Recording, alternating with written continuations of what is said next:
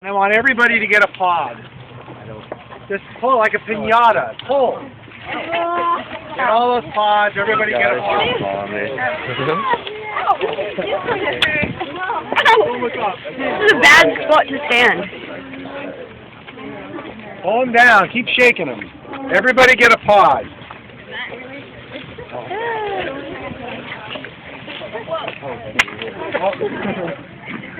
You're getting pull down.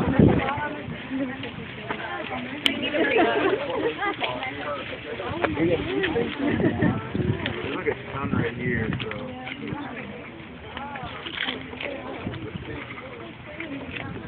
There are a lot on this side. Everybody get one? Here's the leaf. How would you describe it? What? Single compound. One compound. Here are the leaflets, but the leaflets are not divided. They're whole. So they're primary leaflets, and that's it. So that's a once compound leaf. The two other compound leaves we've seen have been on the pea family. Guess what? Here are pods. These are legumes too. This is also the pea family. Okay, and this is another pea pod type structure, legume fruit type. I want you guys to crack it open in the middle and then start chewing on it.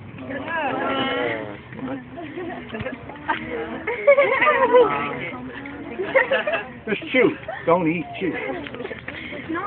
Pretty good, huh? It's really not bad. What did you say? Tastes like chocolate. Tastes like chocolate. What? Tastes like chocolate. It does. Does it taste like chocolate? Huh. What is it? Coke. If I tell you it isn't chocolate, but a chocolate substitute. That's chocolate. A chocolate substitute that you'll see put onto peanuts and raisins and pretzels and make into shakes. Anyone know what I'm talking about? Huh? Like mixed chocolate syrup. Carob. I should. Carob. This is a carob tree. Carob is C-A-R-O-B.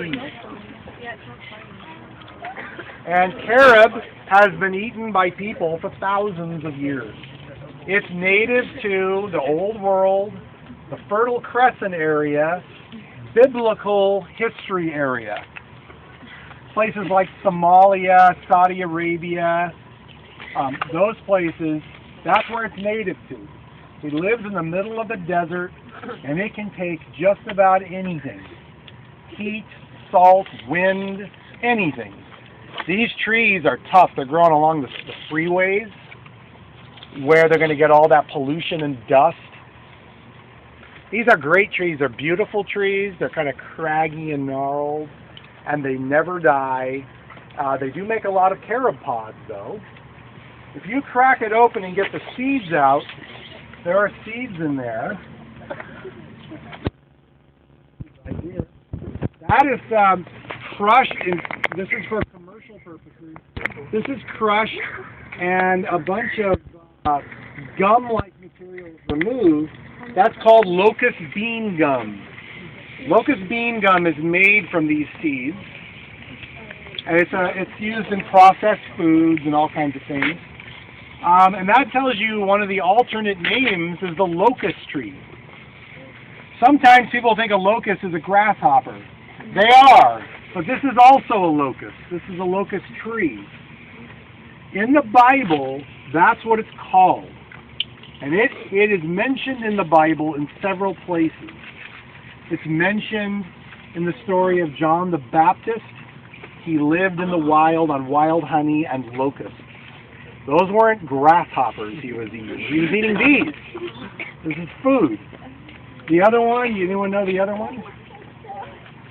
Other story where the locust tree comes in? The story of the prodigal son. Story of the prodigal son, what happened was he was tempted to eat these. And these were considered to be pig food. And he was a noble person. So he had to sink really low to be tempted to eat pig food.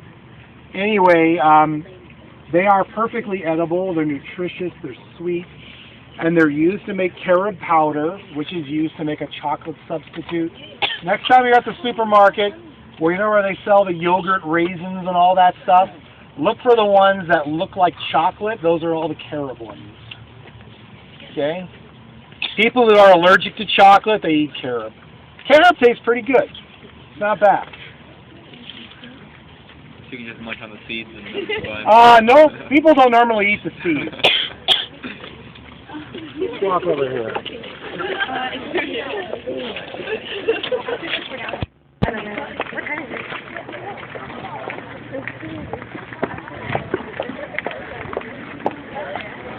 Oh, I forgot to mention, the carob tree is also dioecious.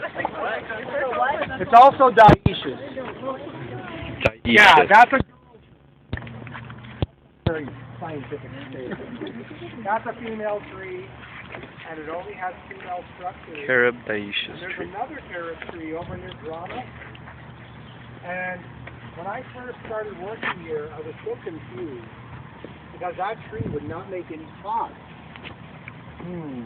Well, that's a male tree over there, and it pollinates this tree. So carob is a good example of a dioecious flowering plant. Okay.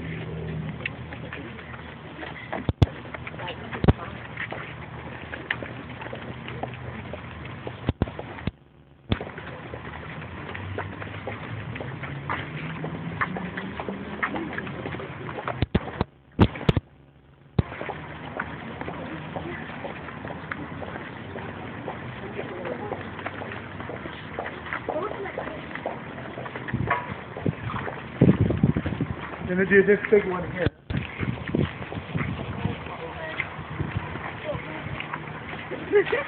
Scurry to the front.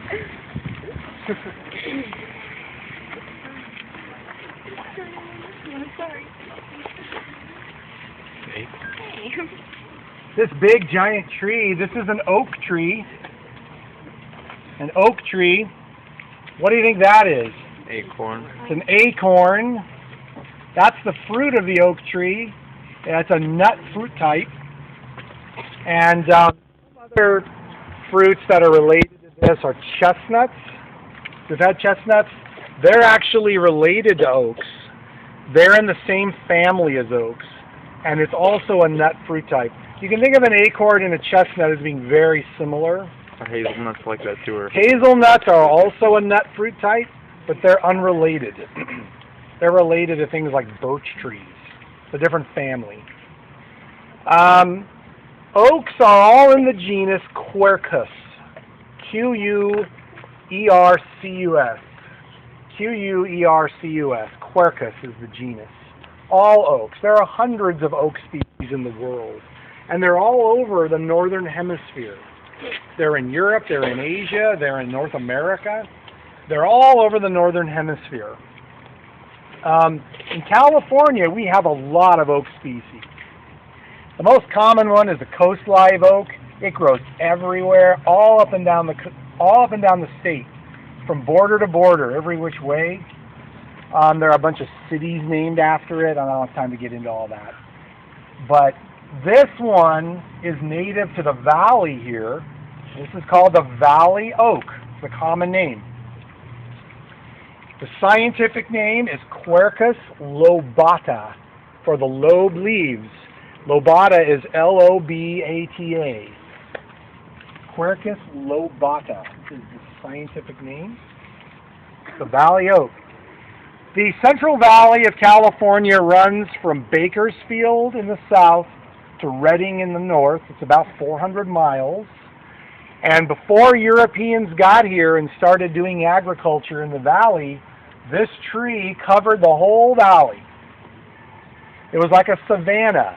Big valley oaks with grass and wildflowers in between. That's what the whole valley was like.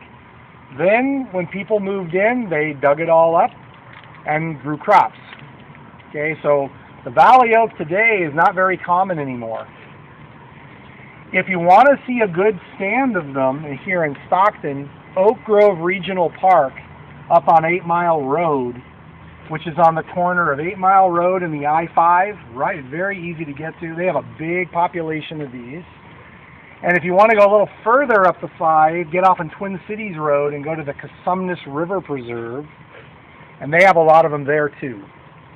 They're just not that common anymore because the habitat's been mostly destroyed. This is a native California oak. The Native Americans, the California Indians, they use these as a food product. There's a lot of food value in an acorn. They would grind it up, but it contains a chemical called tannin. Tannin makes you sick. So they would pour water over the mush to rinse all the tannins out. That's called leaching. And then they could use that to make bread and soup and all kinds of things. And that was their staple food for thousands and thousands of years. Think how many acorns one big oak tree makes. Mountains of them. And in a good year, they had more food than they knew what to do with. Sometimes you get a year where the acorns do not fall well. And in those years, they had to switch to another food crop of some type. That is a problem with these, but that's what they ate here. Now, you see those two big trees there? Those are also oak trees. Those are called the northern red oak, and that is native to the East Coast, and that's the state tree of New Jersey, actually. So here you go. You've got oaks from the East Coast and the West Coast growing side by side. And if you look at their acorns, they're a different shape. Their leaves are a different shape. If I had time, we could get into the difference between white and black oaks. This is a white oak, that's a black oak, and all the differences between them. But suffice it to say, these are from different parts of the country, but they're all the genus Quercus. All right? The eudicot, flowering plant, and top. Plant walk is over. Are you going to be on the bio lab?